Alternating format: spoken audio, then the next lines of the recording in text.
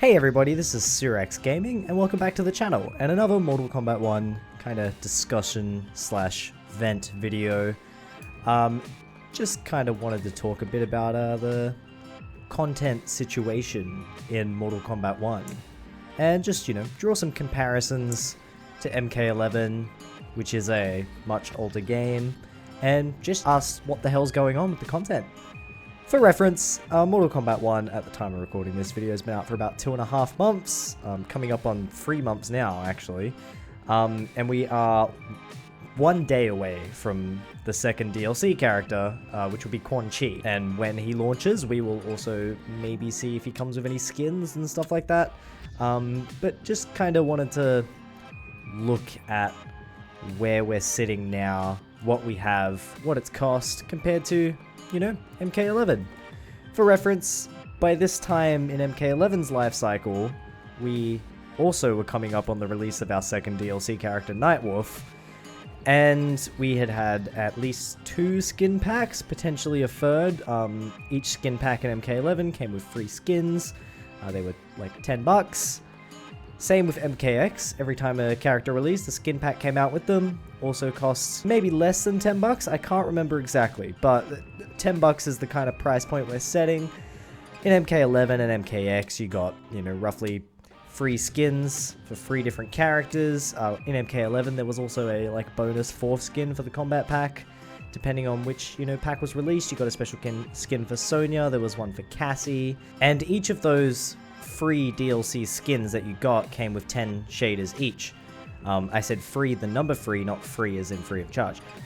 In MK1, each time a DLC character has released, again, roughly free skins have been added to the premium store. Again, you don't buy them with actual money in this game, you buy them with premium currency, which you spend your real money on. But each single skin costs about $10 for 1 skin. 1 skin and 6 recolors. So roughly what you were paying in MK11 for free skins and 30 total recolors, you're paying for 1 skin and 6 total recolors in this game.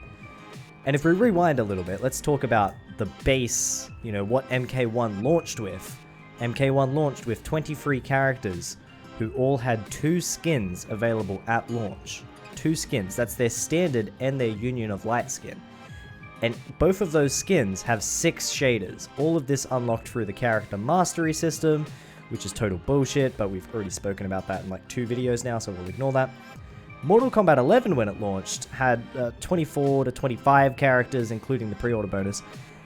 And each of those characters had 6 skins and 10 shaders. Now, fair enough, most of the MK11 skins are very similar and kind of basic. I do acknowledge that. The MK1 skins are much different, they're much more unique, but there was a shit ton more in MK11. And this is at launch, this is before any DLC.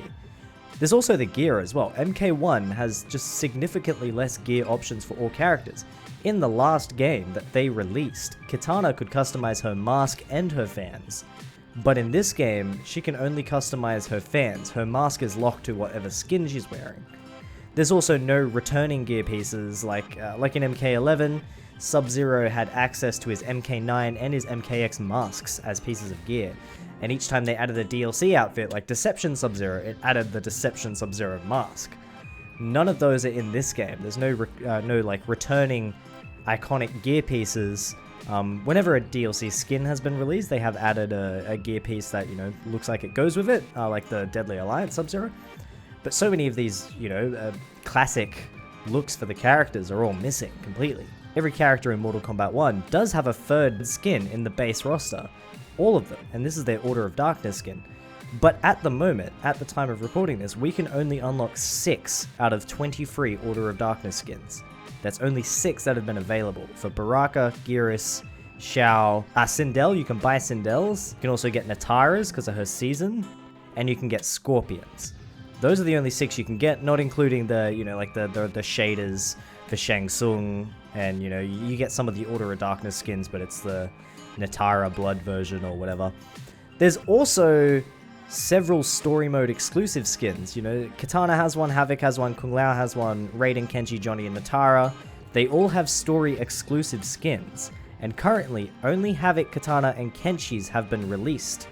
even though for Raiden and Kung Lao, you use these story mode exclusive skins when you play as them. Kenshi's tuxedo has been released, but not his training outfit. And then you've got free DLC characters who are in the base game of Mortal Kombat 11, who are currently, you know, from launch, they were in the game. Shang Tsung, who is the pre-order bonus, was playable in the story mode, and had absolutely no reason to be a DLC. Quan Chi and Ermac were also clearly held back from the base roster. They've got complete designs, they even have complete endings in the game files. If you go onto Reddit, you can find their actual arcade endings already done. And Quan Chi and Ermac both have Union of Light skins, and Quan Chi also has an Order of Darkness skin, all of which is in the base game. And you also fight Quan Chi and Ermac. I believe Ermac you fight like 3 times in the story mode. Once as Mileena, once as Sub-Zero, once as Ashura. Quan Chi you also fight several times as well. You never fight Geras. You never fight Geras, you never play as Geras. Realistically, Geras should have been swapped out in the first combat pack for Quan Chi or Ermac. But it's pretty obvious that Ermac would have sold a lot better than Geras. And we all know that the game was rushed out, so you know there's plenty of reasons why Quan Chi and Ermac just weren't finished and were held back. Then, on the topic of DLCs, we've got the guest characters. Omni-Man, who just came out a month ago, only has 1 skin, and he's got 6 recolors for it. And I think you can only go up to level 20 on his mastery instead of 35. I don't mind that, because fuck the mastery system, but that's 15 less levels that, you know, you get rewarded for playing Omni-Man. In Mortal Kombat 11, the guest characters and all the DLCs launched with 4 skins and 10 recolors each, as well as 90 gear pieces. And they had the same amount of character mastery towers in the Towers of Time as all the base roster characters.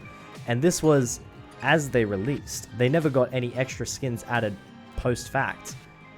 Omni-Man didn't even get an alternate outfit. He just got recolors for his base skin that, you know, do enough to change his outfit. This is all pretty concerning. You know, if you look at the situation that MK1 is, and again, this is the second time I'm saying this. We know it was rushed out the door. We know that it was unfinished. But why is so much content that's already in the game just being held back and drip fed? We should have all the Order of Darkness skins. All of them. We should have all of them by now. We only have access to 6. There's no way to get Tanya's skin, there's no way to get Li Mei's skin, there's no way to get Sub-Zero's skin until the next season.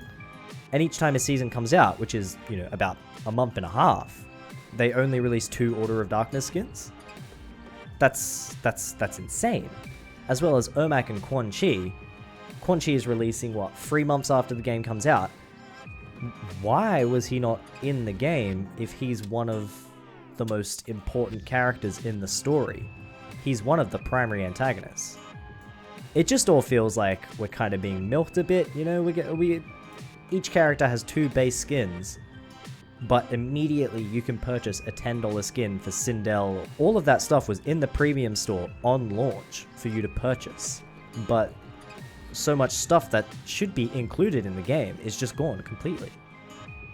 It's just a tad bit concerning. It feels like we're kind of being taken a bit for a ride, and it feels a little bit lazy. Ermac and Quan Chi are kind of wasting a couple DLC slots at the moment that could be given to other characters who weren't in the game at all, like Jade, for example. But 2 characters who you fight several times are locked behind a paywall. 1 character who you play as in the story mode. If you leave the story mode and you didn't pre-order, you have to pay full price for Shang Tsung. It's just a bit concerning, you know.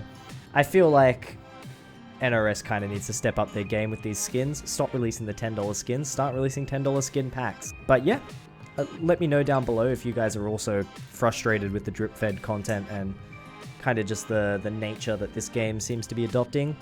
And don't forget to like this video if you haven't already, and click the subscribe button. And I'll see you guys next time. Thanks for watching. Peace out.